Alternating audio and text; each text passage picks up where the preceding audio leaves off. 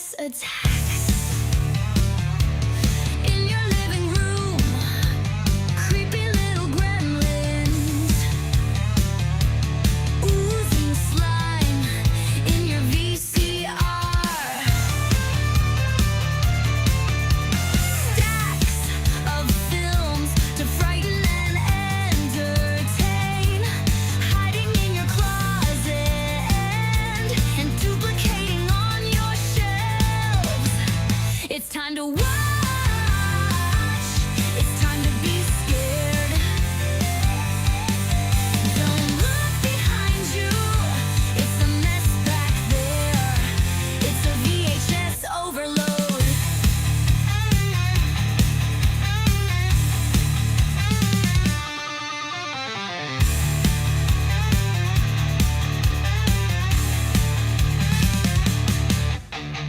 Don't look behind you. It's a mess back there. It's a VHS overload.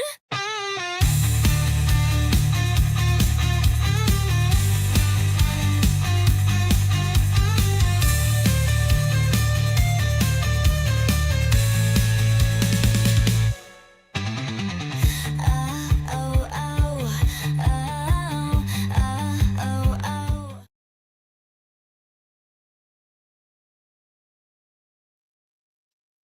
Howdy, gang, and welcome to another VHS overload. I know these aren't really I don't schedule them in advance. I just think, I'm going to do a VHS overload, and that's what I do. Hey, the poet. Um, so that's what we're doing. I'm going to be talking about five of my favorite VHS cover art um, from movies that came out in 1984. It's like I've said before, the video version of these movies probably came out about a year or more later. But I'm talking about films that came out in 1984 that by the time their VHS cover art came out, um, it was something that I took notice of. Okay, so I've got five that I'm going to be talking about this evening. But before I get to that, I just want to get a little housekeeping stuff out of the way, and then we'll go ahead and get started with this edition of VHS Overload. Um, so I want to invite y'all, as always, to head on over to deaditesondeck.com, my horror shop. Tell them Poe sent you. Poe, of course, is the official mascot of the Deadites on Deck horror shop. I've got t-shirts and tote bags and mouse pads and blended teas and candles and hats and all kinds of good stuff over there. Great stuff, in fact, in my opinion. But if you don't happen to be a horror fan, never fear, folks. I have a handy dandy form where you can tell me exactly what it is that you want. And I do custom work. Okay. It doesn't all have to be about horror. Yes, it's a horror shop, but I can basically put anything on t shirts and hats and tote bags and mouse pads and all that, because I've had people ask me, for instance, um, oh, shoot, my brain is going again, folks. Victor. My good pal Victor. Sorry, Victor. My brain has been really, really bad since that last bout with COVID. But Victor asked me around Christmas time last year if I would do some custom work for his daughter's boyfriend, who was one really big into the Terrifier films and Art the Clown, and also into Hellraiser. And so I created a couple of images. The Terrifier one we ended up putting on the mouse pad. The Hellraiser design ended up putting it on a t-shirt. And I sent the proofs, or whatever you want to call them, to Victor, who approved them. said he liked them. And kind of left it up to me. I quoted him a price, he paid me, and we were off and running. And So just keep in mind, I do custom work, just in case you're not into horror, and you know, I'll do whatever you want. I'll put you and your significant other on a shirt. I will put your kids, your grandkids, your pets, whatever it is that you want, as long as it's legal. We will try to make that happen for you. Okay. Um, Also, I should have a full lineup of things coming up in the coming week, starting on Tuesday. Tuesday should be another Dick's Picks. Then Wednesday should be another Cannon Fodder. Thursday should be another They're All Messed Up. And frankly, They're All Messed Up shows or episodes seem to be popular with you folks. So I'm glad. Hey, Heather. I'm glad that some of the stuff that I'm doing is sparking an interest. Another thing that seems to be popular right now is the Evil Dead Chicks Slasher Fest, where I do a double feature. And I don't stream the movies, but for those of you that can and want to watch along with me, I usually try to give a link for that, for the movies that I'm going to be talking about that night. And it's just a kind of a hangout type of thing. Not really a watch along so much as, I want to get the vibe, get the feel that I had when I was a kid and I would go to the drive-in, and what I still feel when I go to the drive-in as an adult, that nostalgic feeling, a feeling of getting together with friends and or family members and just having a good time and not worrying about anything, not worrying about work or paying the bills or whatever. We know we have to do those things, but we got to have a little time to decompress and relax. So that is what Evil Dead Chick Slasher Fest is all about. And that is usually on the first Friday of every month, starting at 7 p.m. Eastern Time. And I will have two movies that I pick. Now, July 4th is the next one. Now, I know there may be some of you that may be celebrating July 4th with family or friends and family, and you may not have time. However, you can watch it on the replay. But the last two I've done seem to have been pretty popular. So the upcoming one for July 4th, we will be watching Sleepaway Camp 2 and 3. So you guys and gals can all look forward to that. I've got a couple of watch-alongs coming up this weekend because it's going to be a watch-along weekend. So Saturday's watch-along will be Madman. That's CK from Dead Pit. He loves that movie. So, sorry for the noise. Somebody might be sending me a message on. Yeah, okay. I'll have to get to that a little bit later. Sometimes if you hear that, that means somebody's messaging me on Facebook Messenger or whatever. Hey, Gory Tiger. So Madman will start at 7 p.m. Eastern Time on Saturday. Sunday's movie will be Dazed and Confused, a great summer movie.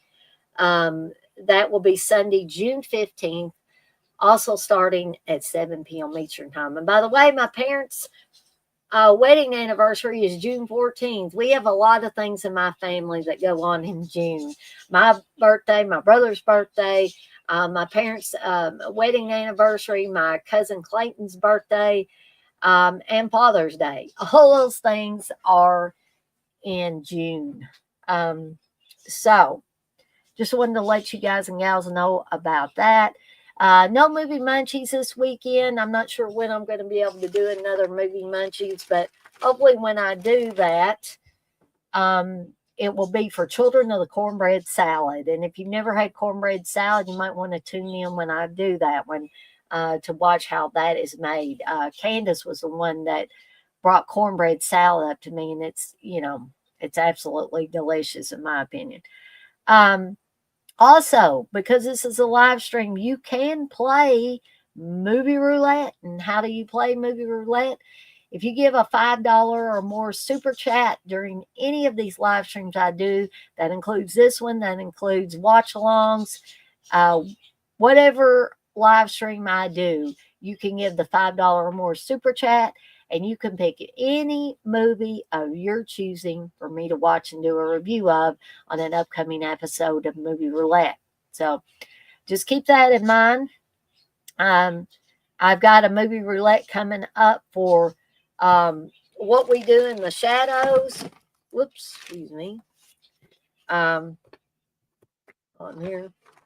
What We Do in the Shadows and Missing. Those were both chosen by Menelect, who gave me a very generous super chat both times. So thank you again, sir, for that. So everybody be on the lookout for that to be coming up here shortly. All right. So now let's get into these VHS covers. So the first one I want to talk about is A Nightmare on Elm Street. This is something that, honestly, folks, I didn't watch A Nightmare on Elm Street when it first came out. I didn't, go to the movies and see it. I was a little bit young, probably, to be watching Nightmare on Elm Street at that time. Heather, you say What We Do in the Shadows is so good. Can't wait to hear your thoughts. Yeah, I have not yet seen What We Do in the Shadows, but Steve tells me it's a vampire movie. So, I love vampire movies, so I'm really looking forward to watching that one. So, I wasn't quite 10 years old. I was born in 1976. So Nightmare on Elm Street came out in 1984. So I watched this many moons later, and I believe I rented it because I clearly remember seeing this artwork of the character of Nancy, played by Heather Langenkamp, with the facsimile. It doesn't look exactly like the Freddy glove in the movie, but the blades are going over her face. Her eyes are wide, and then you have that bright red, A Nightmare, and then On Elm Street in white. This was the media home entertainment release, and yeah, this was something that definitely the combination of that image and the tagline that says, if Nancy doesn't wake up screaming, she's not going to, or she won't wake up at all. And then, the title underneath that image, and then that jagged, it looks like a paper tear. I mean, I just think that was another piece of genius artwork, genius promotion on whoever came up with that. So A Nightmare on Elm Street was always touted as the house that Freddy. Actually, a New Line Cinema was the house that Freddy built, or that's what it became. As more and more of these Nightmare on Elm Street films came out, and I think Wes Craven directing one of, I don't scare easily, and this movie didn't terrify me. Now, if I'd watched it when I was, younger, it may have.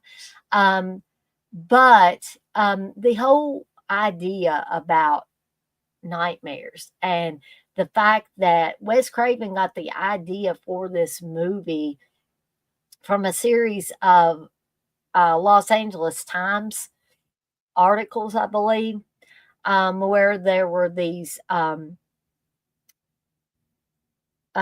people from out of the country that were moving into the United States, and they pretty much had suffered a traumatic experience whether it might have been war or, some upheaval, some unrest in the country where they came from.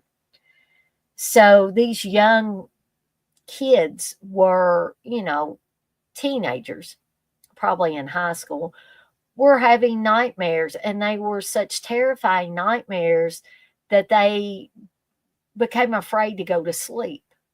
So, I have, had different nightmares over the years, as I'm sure you guys and gals have. And I have had dream or nightmares where I've got to sit up, I've got to turn on the light, and I've got to somehow relax before I go back to sleep. So I can only imagine somebody that is having such a terrifying nightmare that they become afraid to go to sleep. So much so that they were doing just like the kids in The Nightmare on Elm Street. They were hiding coffee pots in their room. They were taking, some uppers to stay, some caffeine pills or whatever to stay awake. And as well as I do, eventually, no matter how much caffeine you put in your body is eventually going to say, I've got to rest. You may not want to rest, but I've got to rest. And you will fall asleep regardless. Okay. So, what was happening is the parents came to our realization that our children have to get some sleep. And so, some of the parents, I think, were slipping their kids sleeping pills and, taking away the coffee, taking away the caffeine pills, the what have you. And they would tell their kid, you're going to get some sleep now and you will feel better in the morning. But there was no morning for some of those kids because they died during their nightmares. And I think that's what makes A Nightmare on Elm Street so frightening, is the fact that these were based on a series of articles on something that really happened. It wasn't Freddy Krueger. We don't really know what it was. But these kids were terrified. And so that was the genesis of the Nightmare on Elm Street, the first film especially. Now, yeah, Freddy Krueger, yeah, he's a frightening character. Robert Englund's not. Robert Englund's a very nice guy, but the character of Freddy Krueger is very, very frightening. DePoe, you said, what are the odds of a new Nightmare movie?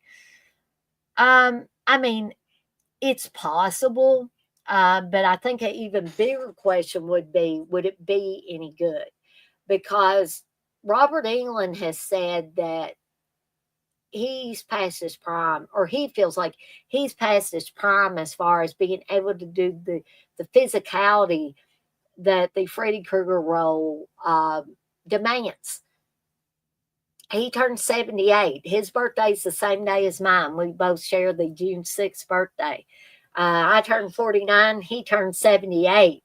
So, yes, I would entirely understand that. Now, I have heard that Robert Englund did say in an animated form he might be able to consider it because there's not a physical aspect of that. That's an animated character and he would voice it. But I'm not sure how that would turn out as well. So my question is not necessarily what are the odds of a new Nightmare movie, because they could put out any old thing and say it's a Nightmare on Elm Street movie. But would it be any good? Would it be something that, they could be proud of, right? And I'm just not, and I'm worried about who would get a hold of the franchise because Wes Craven's no longer around. And even if Wes Craven was around, I don't know if at this stage he would want to do any more Nightmare on Elm Street films. So I guess the odds of a new Nightmare movie could be entirely feasible, and probably somebody's been thinking about it. In fact, probably several somebodies. But the question I have to ask everybody is, do you think it would be any good if they made one? And I'm not talking about the new breed of kids, that young people that are watching these types of films. I'm talking about us old school people that grew up with the Nightmare on Elm Street. You know, so Heather, you said talk about real nightmare fuel. Yeah, exactly, exactly. Uh, yeah, I mean, and I don't know about you, Heather, but Wes Craven passing away seemed sudden to me. But apparently, he had a brain tumor, um, or brain cancer, and apparently he was not, and which was his right and his family's right if he didn't want to tell people. But it just, for me, his death seemed to come out of nowhere. It's like Wes Craven was here, all of a sudden Wes Craven's gone. And Wes Craven was always one of those directors that I respected. I loved all of his stuff, pretty much, that he put out. And so it really hit me hard when I heard of his passing. Um, but again, this is fantastic cover art for a VHS. Again, in my opinion, genius cover art. Okay, so moving on to the next one, which is Friday the 13th, the final chapter, which we all know this was not the final chapter. Um, Maybe they had, good intentions that this was going to be the last Friday the 13th movie. But in all honesty, folks, for me, as a huge Friday the 13th fan, even though I'm not a fan of Jason X, even though Kane Hodder's in there playing Jason, um, which, I've said this before, I'll say it again. Kane Hodder was always my Jason. He was the Jason of my generation. He was the one that played Jason multiple times. And I could get into a whole other thing about Freddy versus Jason and how they, that was really shitty what they did to Kane Hodder. But we're not talking about necessarily the Kane Hodder era of Friday the 13th, because this was before Kane Hodder, and we had a different person, playing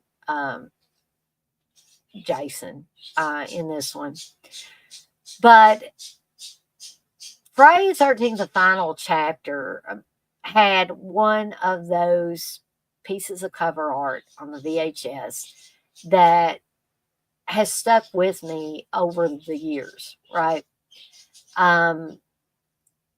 Of the stark white, dirty blood splash, though, with the cut in it that he sustained from part 3 with the axe hit. The blood around it, the stark black background, the knife going into the eye hole on the hockey mask. To me, that is the iconic, it's an iconic image. One, because Jason had gained his hockey mask by then. And hockey mask from there on out, after he got it in part 3, was going to be synonymous with the Friday 13th films, right? I mean, we had part 5 where we had fake Jason, or or whatever you want to call it, but there was still a hockey mask in there, and there were visions of the original Jason. But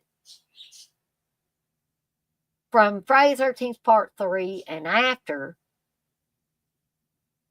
the hockey mask, like I said, became synonymous with Friday 13th and Jason Voorhees.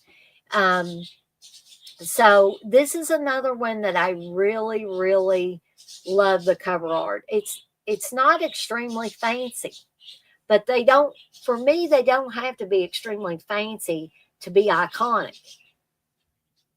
And this to me is iconic.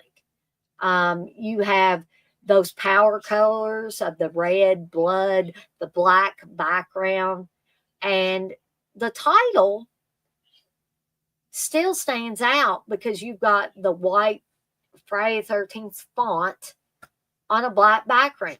That really makes it pop. And I think it was wise to do it in white because they already had the red for the blood.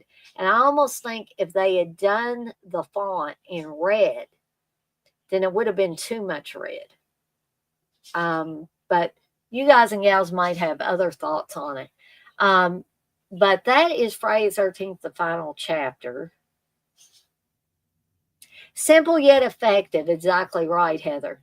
And that's a term or a phrase that I use from time to time. I didn't use it on this one, but okay. So the next one is Silent Night, Deadly Night. Now, this is another one that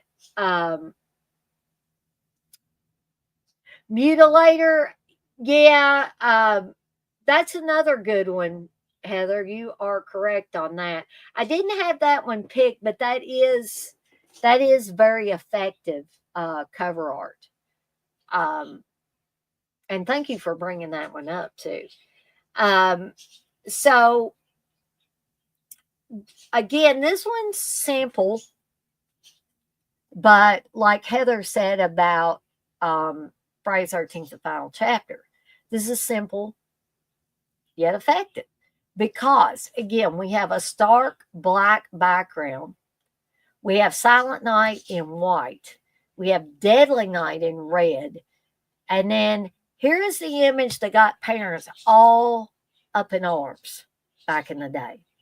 And that was the image that appears to be Santa Claus going down the chimney with an axe. But folks, this image is what got me to rent this movie. Again, I did not see this one at the movie theater.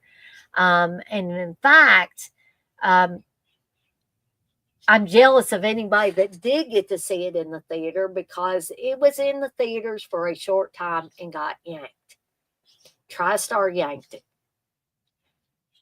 because of parents getting in an uproar, especially mothers, who were taking their kids to see other movies while they were advertising Silent Night, Deadly Night, saw this poster.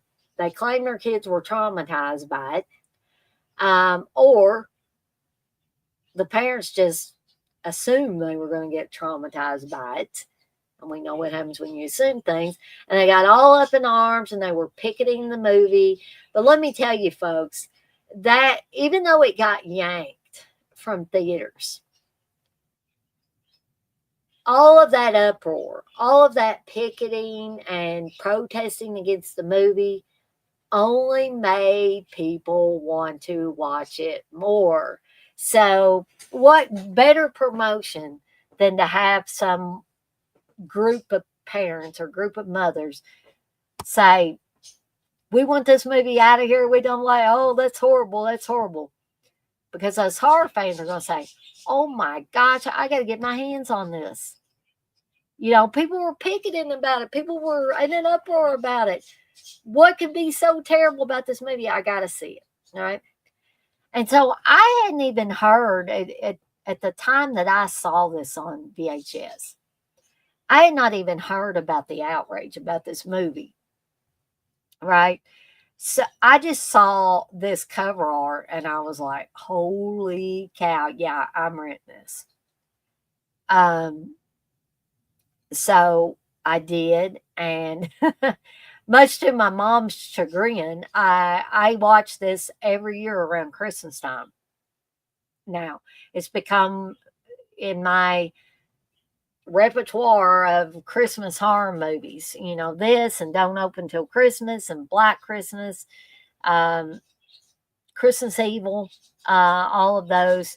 And see, that's a funny thing about Christmas Evil. Christmas Evil had a guy who believed he was Santa Claus, but he believed he had to punish the bad people. So we had another guy dressing as Santa Claus and killing people, but it seemed to slip under the mom radar, and nobody said boo about it. It pretty much came and went, and I watched it many, many moons after it had come out. Um, but Silent Night, Deadly Night, maybe there wasn't much advertising for Christmas Evil, little or no advertising. Maybe because Silent Night, Deadly Night, those posters were everywhere at one point in time, and everybody saw those posters back in the day. So, but again, this image is something that screams rent me, buy me, at least for horror fans anyway. All right. So the next one, we got a couple more to talk about. So the next one is the initiation. And what did I like about this? Now, I didn't rent this one, but this is Thorn EMI when they put this out on VHS.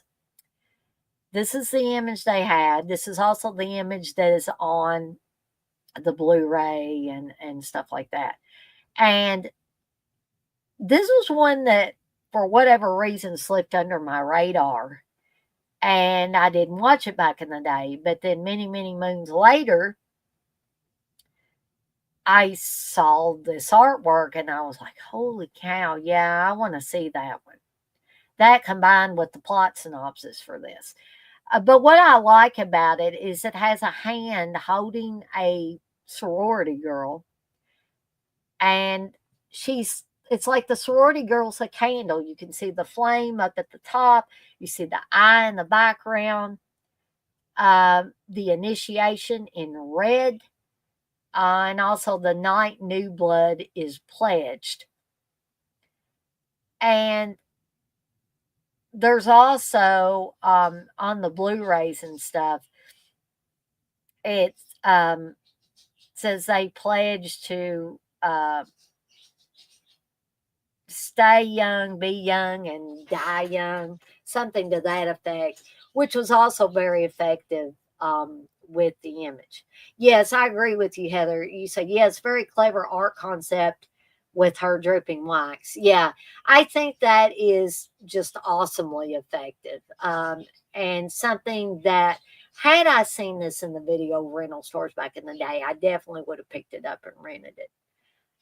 You love this movie too. Yeah, this is in more recent years, this is one of my favorite horror films or slasher films or whatever you want to call it. Very creepy and very effective little film with, again, fantastic cover art. The only thing I may say about this is there might, and I don't know if I said this already. If I did, sorry, I'm repeating. Maybe a little bit too much red on there, but other than that, I think it's fantastic. And it's definitely one of my favorites from that year. All right. So the last one, and I've already mentioned this title when I was talking about, we've actually got two Christmas ones on here, right? So the last one I want to talk about is Don't Open Till Christmas, which, again, this is fantastic cover art. Again, this was not one I rented, but this is one that back in my Yahoo auction days, I believe, I saw this cover art. I read what it was about. And the cover art of the presents under the tree, the blood is underneath the present that's in the foreground. There's a knife in the package. Then you have Don't Open Till in white, and then Christmas in red. again, genius artwork. This is something to me that says that screams rent me. It screams buy me. If you saw me in the store somewhere, you know, um, Heather, you say so good. Yeah, I mean, this one was put out by Vestron Video too, by the way, and was produced by Dick Randall. And on an upcoming episode of Dick's Picture, you're gonna hear me talk about Don't Open Till Christmas, as if you haven't heard me over time talk about Don't Open Till Christmas enough. But I think that again is another classic image, a little more subtle than Silent Night, Deadly Night, but still very, very effective. And it does what it aims to do, and it catches your eye if you're into these types of movies. And maybe even if you're not into these movies, it might catch your eye and you'd be like, oh my gosh, that's awful. But for us horror fans, you would look at it and say, oh, I'm getting that one. That is one that I definitely want to watch. So, again, all of these that I've talked about tonight, and Heather brought up the Mutilator as well, which I would consider that one an honorable mention on this show, because that is classic artwork that I do enjoy as well. And I encourage you guys and gals, just like Heather did, if there's one that you think of from that year, whatever year I'm covering, I'll be covering 1985 next. If you want to bring one up, I would love for you to. I mean, because this isn't all just about me getting up here and, or getting on camera and talking about different movies or, whatever I'm talking about on here. I want this to be something that you guys and gals can feel like you're a part of, that you can contribute to. So, Heather, I want to thank you for bringing up The Mutilator, because that is also one of my favorite slasher films. It's also some fantastic cover art on the VHS. Well, Heather, I would love to. However, my VHS collection nowadays is not very large. I mean, I'd be glad to get on here at some point and maybe on a VHS overload, and show y'all what I have left nowadays. I used to have a much larger collection, and now, pretty much it's, this is Steve's stuff in back of me, but to the side of me over here, there's my Blu-ray and 4K shelves. And then I have a bunch of DVDs in our back room. But yeah, if that's something that you guys and gals will be interested in seeing me do, even though I don't have a lot of them anymore, I'd be glad to show off what I do have. So I will definitely keep that in my mind. And y'all don't let me forget either, okay? So I think that would be a great thing to do on an upcoming VHS overload. Okay. Well, Heather's all for me doing that. So just don't let me forget about it, folks, and I will work it into an episode of VHS overload. So keep in mind, though, folks, I don't have them on shelves or anything like that. I would probably have to dig them out of wherever I've got them stored right now. That'd be interesting to pull it. Okay, well, you guys ask and ye shall receive. So, just like I said, don't let me forget, because I'm bad at remembering things nowadays. So, if I've done a few of these VHS overloads and you haven't seen me saying, "Hey, I'm going to do a VHS tour," just gently remind me. I'll be glad. The people have spoken. That's right. Yeah, and I am so glad, Heather, again, that you brought that up, because I want you guys and gals to tell me what you would like to see me talk about. Because again, this is not just about me. It's my channel, but I want to put content out there that people are going to find interesting. And so when you guys and gals tell me what you would like to see, that is absolutely fantastic. So I've been on here a little bit over 40 minutes. So I don't ever intend for these VHS overloads to be overly long or anything. They're not meant to be that. But I guess that is all for me for this evening. I want to thank the poet and Heather and Gory Tiger for being here with me as I discussed another batch of VHS cover art. And let's see, tomorrow I probably won't be doing anything unless I get a bee in my bonnet about it. But Tuesday night should be another Dick's Picks, hopefully starting at 8 p.m. Eastern Time. A top 10 of my favorite VHS movies, the poet.